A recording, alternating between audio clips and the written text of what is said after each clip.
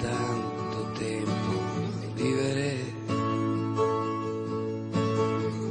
è un ricordo senza tempo, vivere è un po' come perdere tempo, vivere e sorridere. Vivere 300 trevigiani, 300 amici, 300 campioni di solidarietà.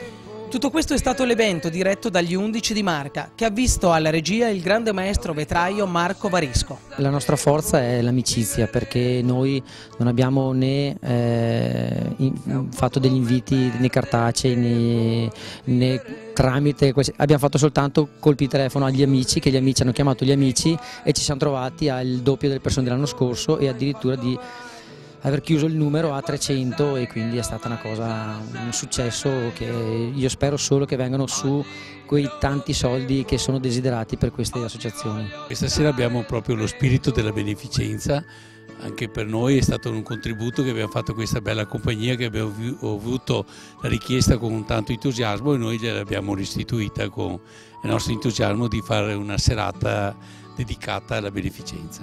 Cos'è 11 di Marca? Beh, 11 già il numero dice qualcosa, no? 11 di Marca sono 11 giocatori che poi in realtà non sono solo 11 ma sono molti di più, perché per i vari impegni che ognuno di questi 11 potrebbe avere c'è sempre qualche sostituto, quindi in realtà dovremmo premiarne parecchi di più. E sono giovani imprenditori, sono ex sportivi, sono appassionati comunque di sport, aiutano con la scusa di questo associazioni, onlus e cose, e quindi cercando di divertirsi si dà una mano a chi ne avrebbe molto bisogno. Paolo Galvani, buonasera, un anno dopo. Ci siamo lasciati lo scorso anno con la mia compagna Monica, si partiva per una serie di progetti. Sfortunatamente una malattia difficile con cui Monica lottava oramai da quasi 4 anni non le ha permesso di vedere il proseguire di questi progetti. Noi continuiamo perché era suo desiderio che le cose non finissero, ma devono continuare con ancora più forza. Un anno dopo siamo qui ancora tutti insieme per ribadire, per ricordare Monica e questa sua volontà, questa sua forza, questa sua idea e questo suo progetto che sicuramente non muore. Commozione, sensibilità e ilarità hanno sensibilizzato un pubblico di amici imprenditori dove a fare da tessitore di storie è stata la calda voce, l'emozione e il carisma di Paolo Mutton. L'obiettivo è stato raggiunto a pieno titolo, 15.000 euro che il presidente degli 11 di Marca ha potuto consegnare al direttore della fondazione Oltre il Labirinto Mario Paganessi per la realizzazione di un ambizioso progetto di co-housing per autismo in Europa. L'ironia del destino vuole che io sia ancora qui a pensare a te, la mia mente flash, ripetuti attimi vissuti con te. È il secondo anno di fila che organizziamo questa cena con gli 11 di Marca e l'anno scorso eravamo circa 180 persone, quest'anno praticamente raddoppiamo.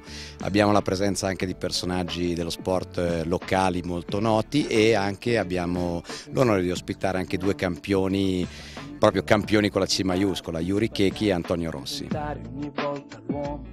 Ci può essere un connubio tra grandi uomini dello sport che hanno comunque lottato per arrivare a vincere delle medaglie d'oro alle Olimpiadi e questi autisti che comunque ogni giorno combattono una propria battaglia.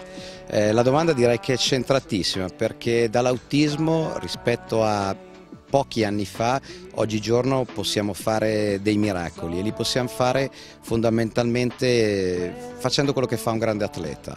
Loro si allenano e si allenano, qua invece dobbiamo educare, educare ed educare. Senza chiedere perché da te mi allontanai,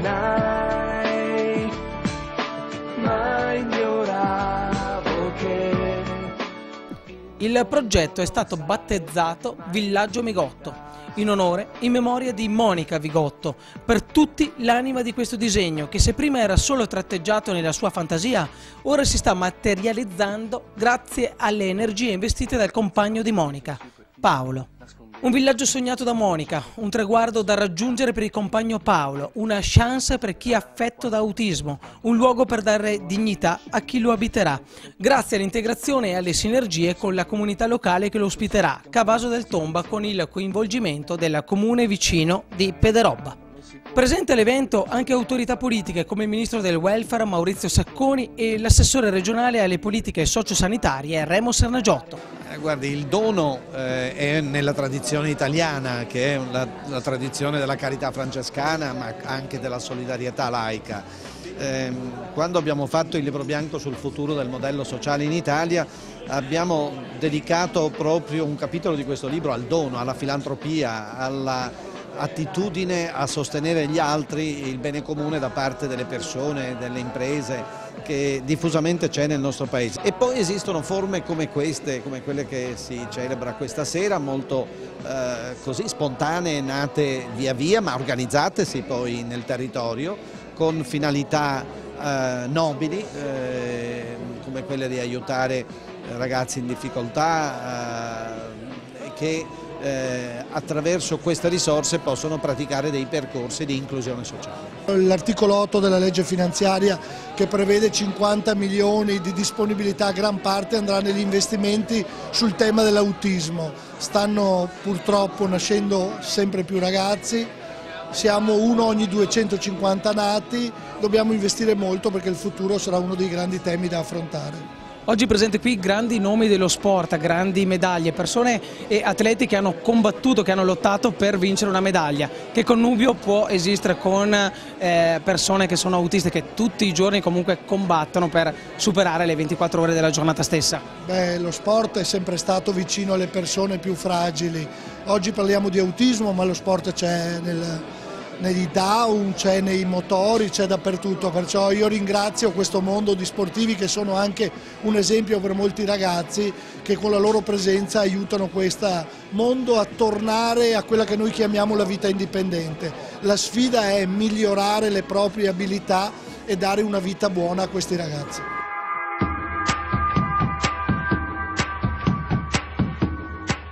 Molti inoltre le medaglie olimpiche presenti alla serata. Li abbiamo visti in TV, nella carta stampata, tramite tutti i media, sacrificarsi per il successo sportivo, per un traguardo da tagliare o raggiungere. Cristiano Zorzia, Stefano Baldini, Lorenzo Lollo Bernardi, Dennis Dallan, Manuel Dallan, Carlo Checchinato, Martina Dogana, Riccardo De Rossi e ancora il signore degli anelli Yuri Chechi e il canoista Antonio Rossi. La serata è bellissima, organizzata benissimo, in un posto splendido, e penso che sia importantissimo mettersi a disposizione. Io penso che chiunque di noi, al di là delle immagini pubbliche o meno, deve fare qualcosa per il prossimo. Se poi anche può trasmettere determinati discorsi e determinati, diciamo, messaggi al prossimo in modo più facile, è ancora più doveroso farlo. Quando si può, io e questi altri amici e campioni che oggi sono presenti, cerchiamo di fare qualcosa per fare un po' di beneficenza. Mi fa molto piacere essere poi qua in una terra che ne fa molta, fa profitto ma fa anche molta beneficenza. In più l'associazione in questo caso è presieduta da un mio carissimo amico che conosco da tantissimi anni, Mario, e quindi mi fa molto piacere cercare nel nostro piccolo di dare un contributo e cercare di far parlare di un problema importante, grave come quello dei bambini autistici e di tante altre realtà, per cercare di dargli una mano concreta e vera, insomma. Un campione dello sci nordico, ha vinto un oro olimpico, ha vinto un argento olimpico, ha vinto un bronzo olimpico, eccetera eccetera eccetera. Ritorna a questa cena, a questo incontro, a questo convivio di beneficenza Cristian Zorzi. Ma non potevo mancare, anche perché sono venuto l'anno scorso per la prima edizione e sono rimasto molto impressionato, perché c'è stata la solidarietà di tantissima gente del posto e sinceramente non pensavo subito di vedere tutte queste persone amiche e sportive allo stesso tempo, perché ho conosciuto tanta gente che è nell'ambito dello sport, però allo stesso tempo molto solidale. Farei volentieri cambio con queste persone che lottano per la vita dando in dono le mie medaglie, perché sicuramente quello che stanno passando e che hanno passato queste persone non hanno niente a che vedere con quello che ho provato io vincendo una medaglia sportiva che ha un valore relegato solo ai fini dello sport, invece loro dovrebbero vincere più medaglie per quanto riguarda la vita quotidiana. Alessandro Fassina ha vinto tanto nello sport che lo ha contraddistinto, quindi i motori, quindi le auto, i rally, c'è chi combatte ogni giorno, chi lotta per vincere un giorno in più di vita.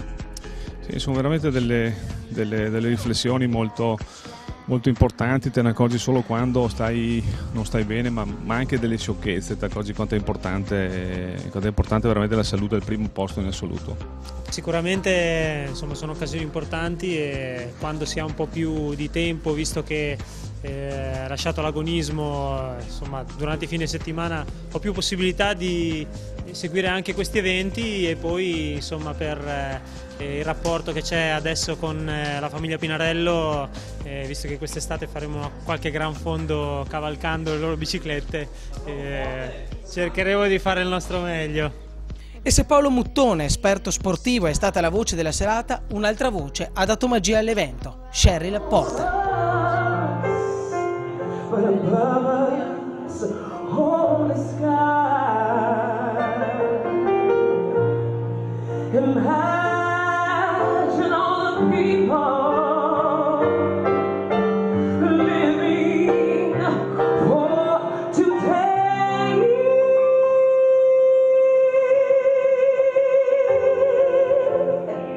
Imagine there's no countries, it's not so hard to do. See then, there'd be no babies dying, and there'd be no crying too.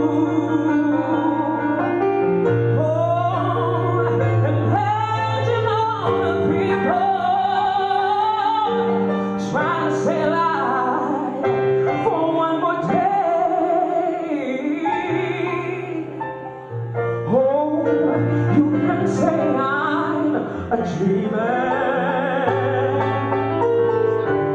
but I'm not the only one.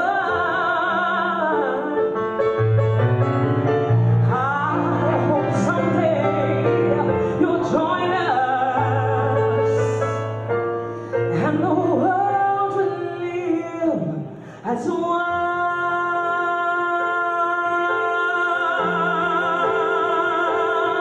Un applauso per la pace. Un applauso per tutti i nostri amici questa sera, per il vostro aiuto, per la vostra presenza. Un applauso più forte.